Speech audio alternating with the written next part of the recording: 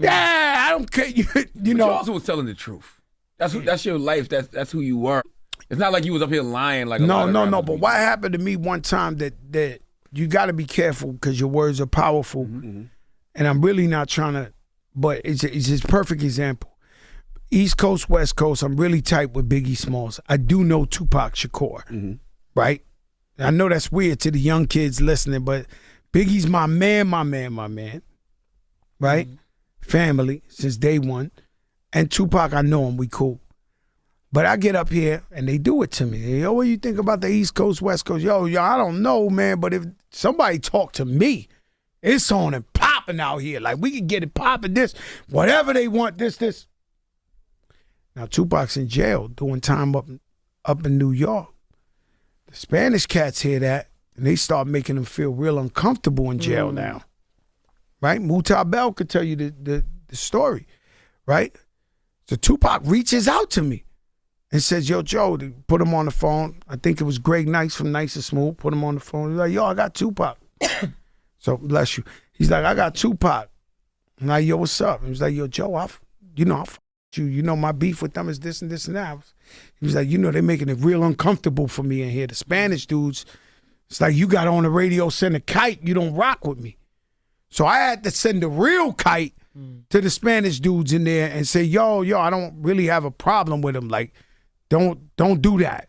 You know what I'm saying? They wind up being cool with him in there. And, you know, and so he always said to his crew and everybody like, yo, Fat Joe, you know, he held it down. But you got to be, your words are very powerful. Yeah. And they could cause real situations out there without you even knowing. That's right. So you got to be careful. But Joe got to go. Yo, it's Big Ant the spokesman, man. We back. Another edition of Urban Politicians TV, UPTV. Make sure you stay on your pivot at all times, man. Had to come tap in, and I had a link in the description for the clip in the beginning from Breakfast Club where Fat Joe had made an appearance this time last year in March, and the conversation came up about doing interviews, making certain comments in interviews, and saying things that can affect other people and things like that. And the reference he gave was back in 1995 when East versus West was getting pushed to the media and stuff like that. They asked him about it, and he said when he made the comments, if anybody run up on me, it's whatever. Now, with that being tied to Tupac with the East and West, he was doing time at Clinton for correction in 1995. So he's saying, hey, the Spanish dudes in there took that as a signal, let's get up on pocket things like that. Well, now, Tupac's cousin, William Lassane, just recently did an interview with Art of Dialogue, and I can't put that clip here and things, but I'm going to save it where you can go watch it and just look at it right there. And he addressed it and said that this is fabricated, it don't make sense, and it wouldn't have went down like that. Now, people are already questioning what Fat Joe has said. Now, William Lassane, being Tupac's cousin, he said, hey, man, he rock with Fat Joe. He know Fat Joe. He know dudes from Fat Joe projects and stuff like that. And he said, I feel like he's embellishing, but at the same time, he want to call it out and say, hey, bro, this don't make no sense at all. It wouldn't go down like that. And he said, hey, I recognize Joe was very powerful in the Latin community, the Spanish community. It's dudes that's riding for him, that stick with him and things like that. He ain't downplaying none of that. But he said at the time when Pac was doing his sentence out there, that, bro, he had people behind the walls with him that were very, very strong. He ain't saying the names, but he letting it be known. And I could jump out there and assume Pac and them got ties to the Black Panthers. He was basically a Black Panther. Parents was Black Panthers. So with Pac jumping out there and had family being tied in like that, hey, nigga, he good when he out here. It is what it is. He don't got to reach out. He ain't got to worry about nothing in no form, shape, or fashion. It would even make sense for him to have to get on the phone and call you and stuff like that. He said that, bro, the structure that they had, the people in the prisons, also him being somebody who had been to Clinton Correctional, also himself, and then being behind the wall. He said, like, nah, it wouldn't work like that. On top of the fact, he said he visited Pac every single month while he was in prison. And Pac would have told him if any of that was going down, if any of that had got to that level where the Latin people were pressing up on him, or Puerto Ricans or anybody Spanish or anybody in there was pressing up on him, he would have told him like, hey, bro, y'all, I'm having some little issues back here. But he said Pac had people that had his back from the time he walked in there. They was trying to give him care packages. They was trying to look out for him because of the structure of their history and the ties that he had with real strong men from the black community while he was in prison the whole time, that it wouldn't have got to that point. Now, Pac, he did say Pac had issues with prison guards and COs and things like that, but he said never with the Latin community. It don't make no sense at all. I was visiting Pac every single month, dealing with him, talking to him and things. So when this conversation came up, he's giving respect to Fat Joe. He ain't down talking Fat Joe. He just saying, bro, I want to clear that up. That don't make no sense. This is a form of embellishment. He doesn't know what is really going on. It wouldn't have went down like that at all. People were questioning at that time, like, hey, bro, is Fat Joe really serious?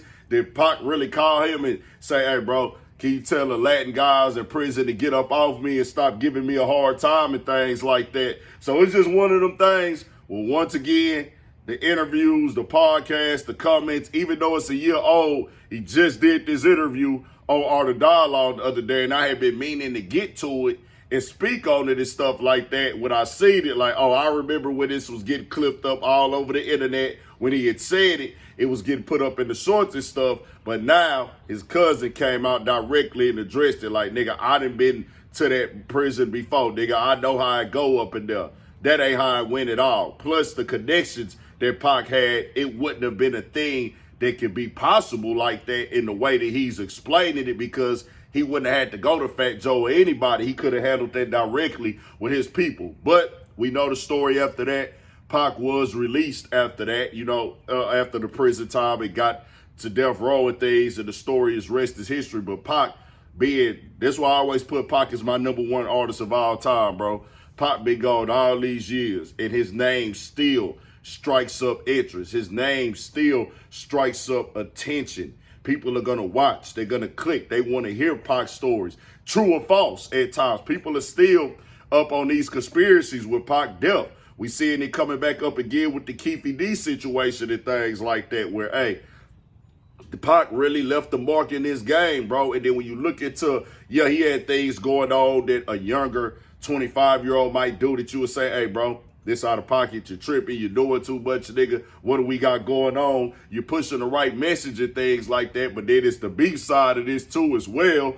But Pac most definitely had some great anthems and music and messages that you can't deny, bro. The content of the music and what he stood for, his voice and things like that. On that side of it, your Dear Mamas, those type of things, bro, was really great. And it's just proving how much of a legend he is. You can still put on that old Pac and ride to it to this day, nigga.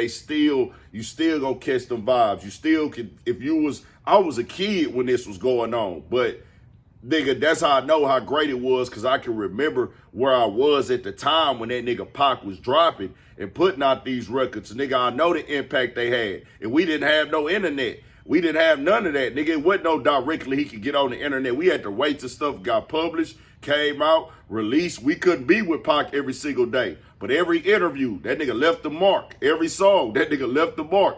Everything he had going on, he left the mark with it for sure. From the acting, Pac really the one of them ones. I always tell y'all, Pac is my #1 rapper of all time when it comes to music, hits, consistency, the content of it, and the impact, influence, all of that. Then I say Wayne and Jay is my #2 and 3. Now, how I put mine is artists might be better at this category, but they ain't as good at this category as the next artist. So this is just my personal opinion of the catalogs that I've jammed and came with. I always say Pac is #1, and I interchange Wayne and Jay with 2 or 3. And a big part of that is their consistency, how much they influence the game, their rapping ability and all that also. But tell me what y'all think. William Lassane say it ain't no pressure with Fat Joe and that like that. He just saying, hey, bro, that didn't go down like that. Tell me what y'all think. We got more coming, more videos, all that. 1,000 for shit show. Stay on your pivot.